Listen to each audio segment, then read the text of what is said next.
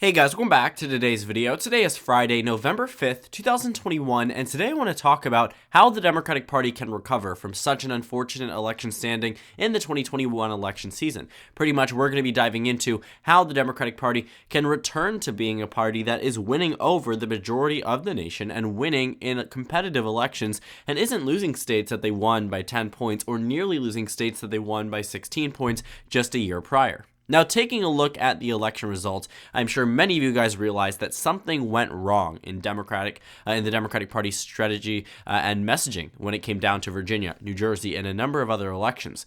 The Democratic Party ultimately failed to capture the public sentiment here, and it seems as if they have been pushed out of control by these angry voters in Virginia, in New Jersey. They have been, whether it came down to a state Senate election or in Virginia's governor election, whatever it might be, you are seeing early signs of a wave year in the 2022 election cycle.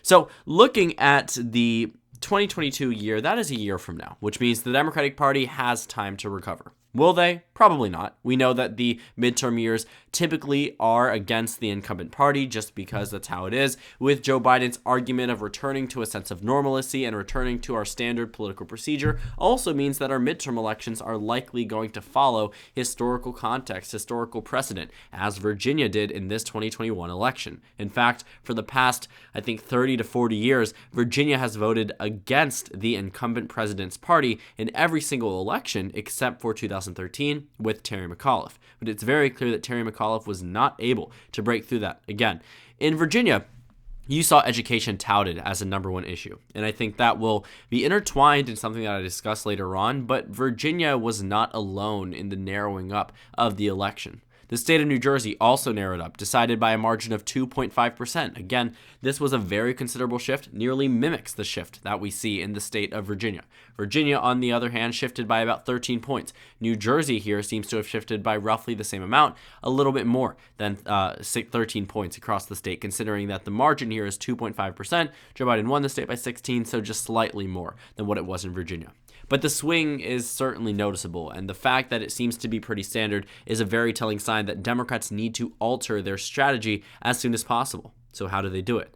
Well, I would say that the first and most important thing that Democrats can do for right now leading into 2022 is not mentioning Donald Trump's name unless he puts himself out there to be mentioned. So what do I mean by that? That means if Donald Trump is attacking, for instance, Terry McAuliffe, if we're going back to Virginia, if, I was a Democratic consultant telling them how to win this race or how to balance that Trump and regular type of agenda, I wouldn't bring Donald Trump up unprovoked, right? I wouldn't associate my Republican opponent with Trump every single step that I could the way that Terry McAuliffe did. I think that was a miscalculation because voters in Virginia did not seem to care so much that Glenn Youngkin was endorsed by Donald Trump. I think that many people view it as a standard political procedure that these Republicans in these states. Republicans, of course, will receive endorsements from previous presidents, especially those that are members of their own political party. So Glenn Youngkin's endorsement from Donald Trump really had no negative impact on the race, and the fact that Terry McAuliffe was utilizing that for a very considerable portion of the campaign season, it seemed like it was working in the beginning, but then once Biden fell out of popularity, people tended to be more apprehensive about listening to the anti-Trump strategy, because at the end of the day, people don't approve of Biden as much as they did back on election day. In fact, that difference there is about 14 points nationwide, nearly again mimicking the swing in Virginia and New Jersey. At least in Virginia for the GOP, the lead for the Democrats actually wasn't large enough that they couldn't win a statewide race just a year later. So in dropping President Trump, I think that they also need to realize that President Trump isn't universally disliked like he once was.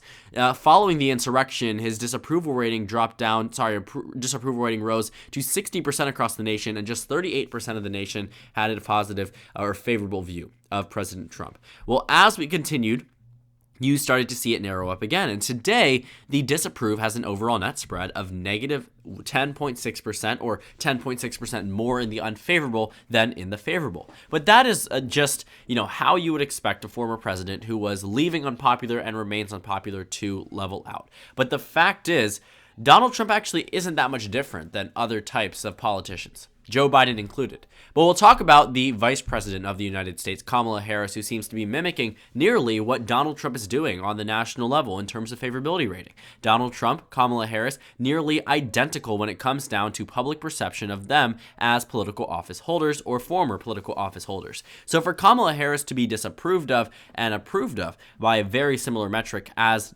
Donald Trump is a telling sign that the public itself isn't turning on Donald Trump in a way that could make these Democrats seem more popular. They are just, speaking to an otherwise traditional group of people that are just going to move in a fair weather way, meaning that while Donald Trump may have been unpopular during his presidency, many of these other politicians will also and seem to have become more unpopular, and the public moves away from them.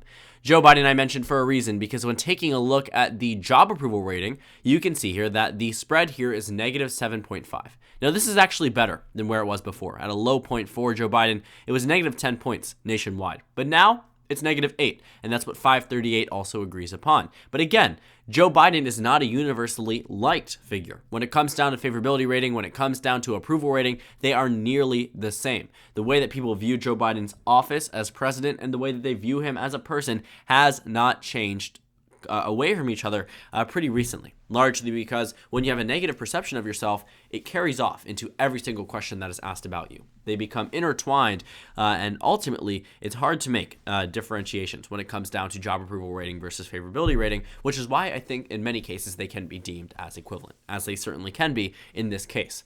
But Donald Trump is just not the right guy to go to when it comes down to Democratic Party strategy. That was the effective method from 2017 to 2021. But clearly, even by the end of this year, where that strategy worked in the beginning of the Georgia runoff elections, doesn't seem to be working right now.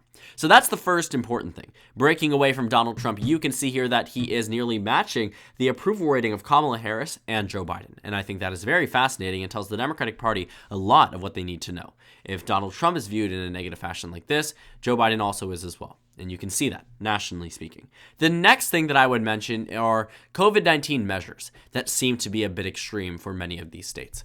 When you take a look at the competitive states of the 2020 election cycle, typically speaking, they are conservative in COVID-19 mindset. Arizona, Georgia, 2 states with no mask mandates statewide.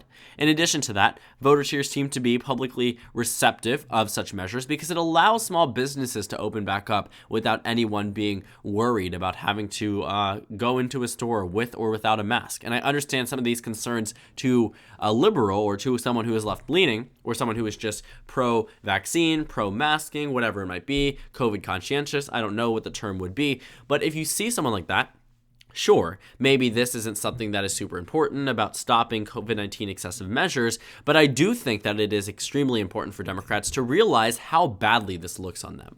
Think about this for a moment. You are a standard independent political voter. You believe in vaccines, you believe in science. You believe in COVID-19 and the severity of the virus. So you mask up for a year. Rolling around to April of 2021, May of 2021, all of a sudden you're eligible for Pfizer, Moderna, Johnson & Johnson. You get one of the vaccines and you're told the vaccine will help you return to a sense of normalcy. The vaccine will bring you to a point that you are now safe from COVID-19. There are no recorded deaths, or at least at the time. Hospitalizations go down 99%. The chance of getting it is just less than 5%. But then all of a sudden, the Delta variant comes along. And you aren't really thinking much about it because you've been COVID carefree for 2-3 months. The mask mandate dropped in your solid blue state. The mask mandate dropped in your solid red state months prior, or even in a swing state. The mask mandate is gone. At every single point in time, every single state dropped the mask mandate statewide during that time period in which COVID looked like it was on the pathway to recovery. But then the Democrats come in. They say, we need to mask up again. We need to be safer. And while you may believe the science, you may believe in masking, you may believe in the vaccine. But it's an annoyance to you. In addition to that, if you start to see businesses close down because of COVID-19 again, because of COVID-19 measures, inside dining is no longer a reality for some of these places. They have to require vaccines upon entry, and if they live in a conservative area, they're not going to get that. And if they don't comply with the statewide order request, their business is going to be jeopardized. A lot of these things make Democrats seem as if they are overreaching and overstepping their boundaries, even though there is historical precedent going all the way back to George Washington when it comes down to vaccine requirements and vaccine mandates. It really doesn't matter. To the average independent voter, they may not be inclined to vote with the party that they are hearing constantly from small business owners, from people who are frequent visitors of places that are now required to get vaccinated in order to enter into, and simply do not want to get vaccinated. I understand that people really should not argue about the validity of science and a life-saving vaccine, but at the same time, about half the country is still at least somewhat apprehensive, even if they got the vaccine due to work requirements or another type of external pressure. There's still about half the country that seems to be a bit apprehensive about how this works. And for the third thing, I think that a lot of it comes down to the fact that Democrats are practically wasting away their trifecta. You see, we have officially hit over a year since Democrats won control of the House of Representatives in the 2020 election, and also Joe Biden won the presidency officially on November 3rd. It just took a while for the ballots to get counted. But the fact is, the two elections that were very consequential, the House elections and the presidential election, both went to the Democrats back a year ago. And then the Senate, just 2 months later, that's actually not the right Senate elections, these are the right Senate elections, the Democrats won back control 2 months later in the January runoff elections in the state of Georgia. But all around here, what you see when it comes down to the House, when it comes down to the Senate, when it comes down to the presidential level, there's one color that is there more than the other, and that is the color blue, denoting the Democrats, Joe Biden, Chuck Schumer, Nancy Pelosi. These Democrats that maintain control of the entire government beyond the Supreme Court. You have control of Congress and you have control of the White House, 2 out of the 3 branches of government. And what has happened? Well, early on, you had $1,400 stimulus checks. Okay, that was popular for the time being. You can actually see that Joe Biden was popular when those were being rolled out. Well, what happened after that? A few more things. You started to see the government speed up more efficiently. Joe Biden started to opt in to use executive orders as a means of passing things that he otherwise didn't think would get through Congress, but now things are starting to get held up. You know, Joe Biden sort of started to become disapproved of because of Afghanistan, and from then it hasn't changed. But now the Democratic Party needs to combat this by actually utilizing their trifecta effectively. Looking at the amount of Democratic seats that there are, yes, I understand, and I think many people do understand that it is difficult, but at the same time, what's to say that voters wouldn't be inclined to try out Republican leadership, for instance? If in their public perception, nothing is happening on the Democratic side, what is to say they would not choose a Republican? And I think that is actually the story that is being told when it comes down to the generic ballot. Because when you take a look at the earlier on numbers, besides the Federalist, which is a right-wing media source, you can see here that in the beginning of the year, in April and May, that NBC News and Quinnipiac had Democrats up 5 and 9 points respectively. As the months went on, it started to narrow down. With a few Republican blips, you are now seeing more of them than you've seen in the past. Harvard-Harris has Republicans up 3. Politico has a tie. The Economist YouGov has an anomaly with Democrats up 7 points, but Emerson College has Republicans up 7 points. Emerson College was within just a few percentage points of the Virginia election in this hotly contested 2021 cycle. But the point being that the generic congressional vote lead is the narrowest we have ever seen. And if Democrats are starting to see themselves slip amongst the generic congressional vote, a lot of that can be attributed by the fact that they are not passing major pieces of legislation. Voters want to see a trifecta utilized effectively. When they see the fact that Joe Biden could quickly sign off on many of these bills, they are eager to see things get done. And while they may have seen things get done earlier on in the presidency, they certainly are not seeing it now. As of today, it looks like the House is going to end up voting this evening on whether or not the Build Back Better bill should pass. Many progressive holdouts, a lot of discussions, internal affairs that are ultimately bringing us to a point where it is entirely possible that Joe Biden's bill does not pass. But Democrats really need to pass something. Because again, to the public eye, the trifecta seems useless and consequently will make people more inclined to vote for the GOP. If you were an independent voter and you saw one political party that was in the majority for 2 years and nothing in your eyes happened, you will likely vote for the opposition party. And that's generally how American politics works. But it's not even as if that Joe Biden or all of the Democrats want to halt this legislation or aren't even working on it. It's being decided by 2 senators that were elected or re-elected in 2018 from Arizona and West Virginia. We're talking about Joe Manchin and Kyrsten Sinema. Now, I do want to say that Joe Manchin has a bit of an excuse.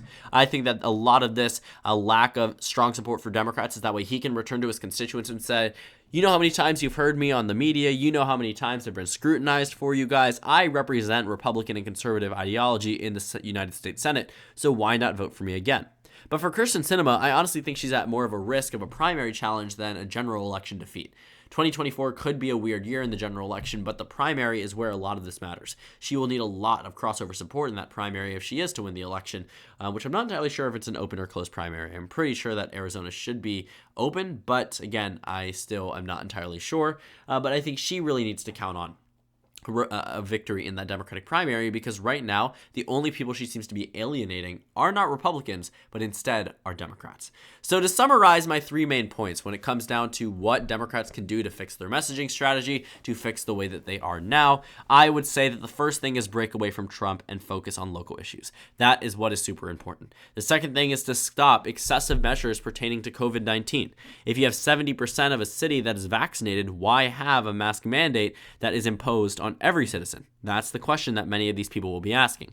The easy answer seems to be public health, public concern, public safety, right? But that won't cut it. People have been hearing that for a year and a half, and as valid as it may be, it's not something that people want to hear after they've played their part for months and months and months. In addition to that, the third point and the final point is that right now, the Democratic Party isn't doing anything with their trifecta. I think a lot of people do understand that they are being held up, but at the end of the day, they're being held up within their own party. The logic here would be, why not try a new political party? Because maybe it'll end up working out.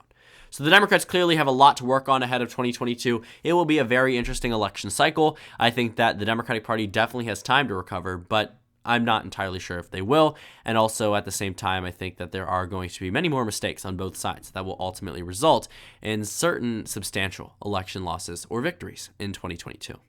So thank you guys so much for watching this video. Make sure to comment down suggestions below. Subscribe on the left if you haven't already, and check out the Instagram and Twitter. At the bottom left of the screen, there's also a Discord server for you to go ahead and join. On the screen, there's a video you can watch, and then a playlist for my 2022 election analysis videos. Again, thank you guys so much for watching, and I will see you all tomorrow.